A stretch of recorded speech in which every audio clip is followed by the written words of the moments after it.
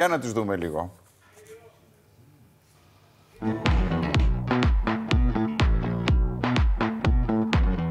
Η Νίκη και ο Κωνσταντίνος από τη Θεσσαλονίκη έχουν κάνει επάγγελμα αυτό που οι περισσότεροι από εμάς ονειρευόμαστε. Είναι ψηφιακοί νομάδες. Ταξιδεύουν τον κόσμο, γνωρίζουν νέους ανθρώπους και πολιτισμούς. Ανακαλύπτουν την τοπική κουλτούρα και παράδοση. Εξερευνούν παραλίες, πάρκα, πλατείες, ιστορικά μνημεία και αξιοθέατα, ενώ εργάζονται διαδικτυακά. Ο Κωνσταντίνος είναι μαθηματικός και παραδίδει μαθήματα μέσω ίντερνετ, ενώ η Νίκη δασκάλα γιόγκα και βίντεο editor. Μέσα από τη σελίδα του στα social media, που είναι γνωστή και ως Haha Nomads, μοιράζονται τις περιπέτειές τους από το Περού, την Κολομβία, το Εκουαδόρ, την Παραγουάη, την Αργεντινή, το Μεξικό και άλλες πολλές χώρες. Μέχρι στιγμής έχουν επισκεφτεί στο σύνολο 18, στις οποίες συνήθως μένουν για 2 με 3 μήνες, ενώ αλλάζουν διαμονή ανά 4 μέρες, από τον Ιούλιο του 2022.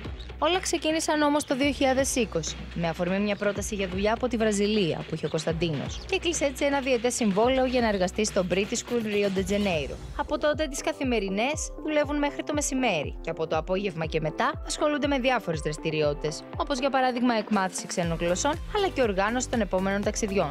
Την Παρασκευή και το Σάββατο έχουν ρεπό, οπότε παίρνουν ένα λεωφορείο ή ένα αεροπλάνο και κατευθύνονται προς τον επόμενο προορισμό. Εκεί τους περιμένουν μαγευτικά τοπία, φυσικές ομορφιές, ξεχωριστές πεζοπορίες, συναρπαστικές στιγμές, τις οποίες μοιράζονται με τους ακολουθούς τους. Δίνουν tips για τη διαμονή, την καθημερινότητα, τα πάντα. Η ζωή τους έχει μετατραπεί σε ταινία. Μπορεί η καθημερινότητα του ψηφιακού νομά να αντιμετωπίζει διάφορες προκλήσεις, αλλά δεν παύει να είναι μία συναρπαστική περιπέτεια. Τι λες τώρα, Έχω μείνει με το στόμα ανοιχτό. Νίκη, καλημέρα. Κωνσταντίνε, καλημέρα. Γεια σας, βρε παιδιά. Καλημέρα σας, γεια σας, Τζένι, Φώτη, τι κάνετε, παιδιά? Καλά, πού σας βρίσκουμε τώρα?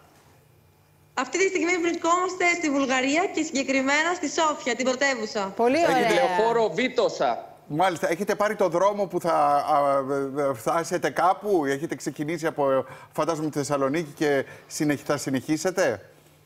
Σιγά σιγά αποδημούμε από την Ευρώπη, γιατί θα μας προλάβει ο χειμώνας και εμείς τον αποφεύγουμε. Αποφεύγουμε πάλι για Λατινική Αμερική. Συγγνώμη, κάνετε αυτό που είναι το όνειρό μου, να ακολουθείτε παντού το καλοκαίρι? Ακριβώς. Τώρα θα είναι η 4η συνεχόμενη χρονιά που αποφεύγουμε το χειμώνα. Να σας πω Γιατί κάτι. σκοπεύουμε να συνεχίσουμε. Παιδιά, πώς γίνεται αυτό, Δηλαδή, πείτε εδώ μας λίγο. όλοι οι άνθρωποι που δουλεύουν στο πλατό λένε αυτή είναι ζωή. Φτιάχνουμε βαλίτσες, εργόμαστε. Πώς τη βρήκατε αυτή τη λύση για τη ζωή σας, να είσαστε στο δρόμο και να είσαστε χαρούμενοι και να ακολουθείτε το όνειρό σας, αυτό που θέλετε, όπου θέλετε να πάτε? Το ένα έφερε το άλλο. Τα ταξίδια είναι εθιστικά και με το που αρχίσαμε να ταξιδεύουμε, αρχίσαμε να σκεφτόμαστε τρόπους για να συνεχίσουμε να ταξιδεύουμε και να μην σταματήσουμε ποτέ. Να πούμε ότι η πανδημία ουσιαστικά μας βοήθησε πολύ, γιατί έφερε πολύ μεγάλη ανάπτυξη στα διαδικτυακά μαθήματα, το οποίο είναι αυτό που μας επέτρεψε ουσιαστικά να εργαζόμαστε διαδικτυακά και να ταξιδεύουμε παράλληλα.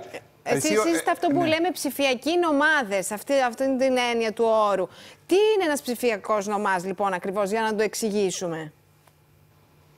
Είναι ένας άνθρωπος που δεν χρειάζεται να πάει στο γραφείο για να δουλέψει. Παίρνει ένα λάπτοπ, πάει σε μια καφετέρια, πάει σε ένα co-working space και κάνει τη δουλειά του από όπου θέλει στον κόσμο. Αυτό είναι ψηφιακός νομάς. Υπάρχουν περίπου 40 εκατομμύρια ψηφιακοί νομάδες στον κόσμο. Πλέον. Και εκτιμούμε ότι θα φτάσουμε τα 90 εκατομμύρια μέχρι το 2030.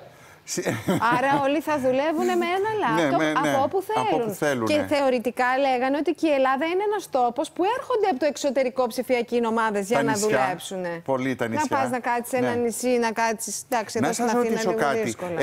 Έχετε, ας πούμε, εσύ, Κωνσταντίνε, που είσαι μαθηματικός, παραδίδεις μαθήματα σε μαθητές διαδικτυακά, τους κάνεις και έχετε μάθημα συγκεκριμένο, ένα πρόγραμμα που πρέπει, ας πούμε, να μπεις στο διαδίκτυο και να κάνεις ένα μάθημα έτσι, με αυτόν τον τρόπο? Ακριβώς, ναι. Μιλάμε για μια αγορά, η διαδικτυακή, ας πούμε, διδασκαλία στην Αγγλία, μιλάμε για δισεκατομμύρια αυτή τη στιγμή. Είναι μια αγορά που επεκτείνεται διαρκώς. Εγώ διδάσκω μαθητές που φοιτούν σε σχολεία στην Αγγλία κατά κύριο λόγο, αλλά και σε διεθνή σχολεία εκτός Αγγλίας. Μιλάμε για εξετάσεις που ονομάζονται GCSE, A-Levels και IB, που είναι διεθνείς εξετάσεις και έτσι υπάρχει διαρκώς ζήτηση. Ναι. Και ταυτόχρονα εγώ βλέπω και πολλά πλάνα που κάνετε γιόγκα, κάνετε δύσκολα πράγματα. Εντάξει τα μαθηματικά, αλλά αυτό πώς ήρθε τώρα στο πλάνο? Εμένα τα μαθηματικά θα έλεγα. Γιόγκα κάνεις. Όχι τα μαθηματικά. Σ' αρέσουν τα ακροβατικά? Και έχω πει στον Κωνσταντίνο, πρέπει να με σηκώνεις, πρέπει να κάνουμε αυτό, πρέπει να κάνουμε εκείνο. Και δέχεται. Ο Κωνσταντίνος βέβαια δεν έχει πολύ σχέση με τα ακροβατικά. Ναι. Εσύ κάνεις μαθήματα online γιόγκα? Ναι, γιόγκα. Παλιότερα έκανα pole dancing, τώρα συνεχίζω με γιόγκα, αλλά πλέον ασχολούμαι κυρίως με τις σελίδες μας διαδικτυακά, τους haha nomads, γιατί ανεβάζουμε σε όλες τις πλατφόρμες και προσπαθούμε να συγκεντρωθούμε περισσότερο σε αυτό. Πρακτικά να ρωτήσω μερικά πράγματα. Είναι ακριβή διαδικασία να κάνετε όλα αυτά τα ταξίδια? Πού μένετε, σαφώς τρώτε έξω πάντα? Κάνετε πράγματα τα οποία δεν έχετε το σπίτι σας που θα έχετε ένα νοικοκυριό και θα κάτσετε μέσα, δείτε και λίγο τηλεόραση. Αχ, σταμάτα τώρα. Πολύ καλή ερώτηση. Κοιτάξτε, θα σας πούμε τα δικά μας νούμερα. Καθένας έχει το δικό του budget. Εμάς συνολικά μας βγαίνουν 2.300 ευρώ το μήνα τα έξοδά μας. Από αυτά, 690 ευρώ είναι το ενοίκιό μας, που συμπεριλαμβάνει και λογαριασμούς προφανώς, γιατί είναι Airbnb, είναι ξενοδοχεία κλπ. Μετά τα αεροπορικά μας συνολικά μας βγαίνουν 240 ευρώ το μήνα, δηλαδή από 120 το άτομο. Όλα τα άλλα μας βγαίνουν οικονομικά, γιατί βρισκόμαστε κυρίως στη Λατινική Αμερική όταν τα κάνουμε αυτά που κάνουμε, τρώμε, βγαίνουμε κλπ. Έτσι τα καταφέρνουμε να κρατάμε, ας πούμε, το budget χαμηλό. Αν πηγαίναμε Ασία, θα ήταν ενδεχομένως και πολύ χαμηλότερο το budget, αλλά δεν μας εξυπηρετούν τα ωράρια. Γι' αυτό θεωρώ ότι κάποιος που θέλει να κάνει οικονομία και να μαζέψει, ενδεχομένως μπορεί να το κάνει εύκολα στην Ασία και όχι τόσο στη Λατινική Αμερική. Σίγουρα όχι στο μαθηματικό μυαλό. Ναι. Έχει βγάλει όλο τον προγραμματισμό. Τα περιλαμβάνει όλα. Και φαγητό και ιατρική περίθαλψη, μεταφορικά, σπίτια, τα πάντα. Τώρα που είπες ιατρική περίθαλψη, έχει συμβεί κάποιο περιστατικό που να χρειάζεται να πεις εδώ πέρα λίγο? Γιατί είστε νέοι άνθρωποι, φαντάζομαι ότι δεν σκέφτεστε ότι μπορεί να πάθετε και κάτι. Βεβαίως. Κοιτάξτε, να σας πω ότι για παράδειγμα σε κάποια φάση νόμιζα ότι είχα κάποιο πρόβλημα με την καρδιά μου. Τελικά ήταν μυϊκό μάλλον. Πάω σε μια ιδιωτική κλινική στο Buenos Aires, μου κάνουν μια ακτίνα θώρακος, μου κάνουν καρδιογράφημα και εξέταση και πλήρωσα 15 ευρώ. Ιδιωτικά. Μάλιστα. Χωρίς πλάνο. Να πάμε στην Buenos Aires. Συγγνώμη, εσείς θα ερχόσασταν εδώ, το σκέφτεστε ποτέ να έρθετε να μείνετε μόνιμα κάπου? Θέλετε να πάτε να μείνετε μόνιμα ή αυτό δεν θα περάσει? Όχι. Με τίποτα. Πολύ Πλέον θα ακούμε αυτό το μόνιμο και τρέχουμε μακριά με σπριτ. Δεν είμαστε καν σίγουροι ότι θα μείνουμε μόνιμα στον πλανήτη Γη. Αυτό είναι σίγουρο πως δεν θα γίνει. Σας καλοδέχονται? Έχετε συναντήσει δυσκολίες σε ανθρώπου σε κάποια μέρη που ήταν λίγο αρνητικοί στο να σας δεχτούν ή τέλος πάντων να βρεθείτε εκεί? Οι άνθρωποι είναι πολύ φιλόξενοι σε οποιοδήποτε μέρος και αν πηγαίνουμε. Τώρα που ήμασταν στην Κύπρο μας φιλοξένησαν, μας ξαναγούν οι άνθρωποι στα μέρη τους. Στη Λατινική Αμερική το ίδιο.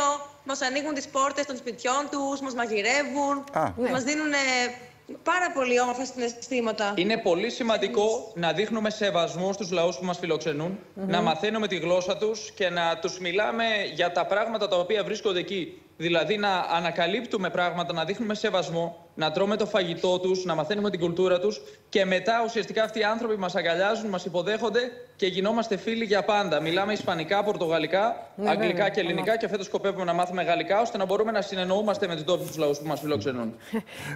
Και με τι κυκλοφορείτε? Με μια βαλίτσα να φανταστώ, δεν γίνεται με περισσότερα πράγματα, έτσι? Λίγα πράγματα και καλά. Δεν θέλουμε να κουβαλάμε πράγματα, να συλλέγουμε αντικείμενα, θέλουμε να συλλέγουμε εμπειρίες. Αυτή είναι ουσιαστικά η προτεραιότητά μας. Επίσης, δεν θα κουβαλάμε και τον εξοπλισμό. Να ρωτήσω και κάτι.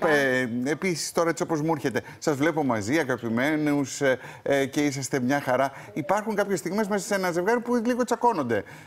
Εκεί τι γίνεται, πού θα πάει? Πού θα πας? Θα πας παραδίπλα. Σε άλλες φορές πας στον καναπέ και κάθεσαι. Θα πας στη Βραζιλία παραδίπλα. Θα πας στο... Δεν έχει συμβεί, ας πούμε, μια διαφωνία να μου τρώσεις λίγο, να υπάρχει ένα συναίσθημα λίγο δύσκολο? Όποιος θυμός φεύγει. Δεν προλαβαίνουμε. Μέχρι να θυμώσουμε πρέπει να πακετάρουμε και να φύγουμε για το επόμενο σπίτι. Αυτό είναι ωραίο. Δεν έχω χρόνο για θυμό. Θα το βρω και θα το διορθώσω. Θα τα βρούμε δηλαδή. Δεν υπάρχει περίπτωση να μην τα βρείτε. Θα τα βρείτε. Θα τα βρούνε. Τι να κάνουν, πρέπει να φύγουν με το εισιτήριο. Το μεγαλύτερο διάστημα που έχετε μείνει κάπου ποιο είναι? Βραζιλία, επειδή εκεί έκανα το συμβόλαιό μου. Δηλαδή, μιλάμε τώρα για ακριβώς πριν αρχίσουμε την ομαδική ζωή. Από το 2020 μέχρι το 2022 μείναμε στο Ρίο ντε Τζανέιρο. Στη συνέχεια, μετά από αυτό, μείναμε Κολομβία για 6 μήνες.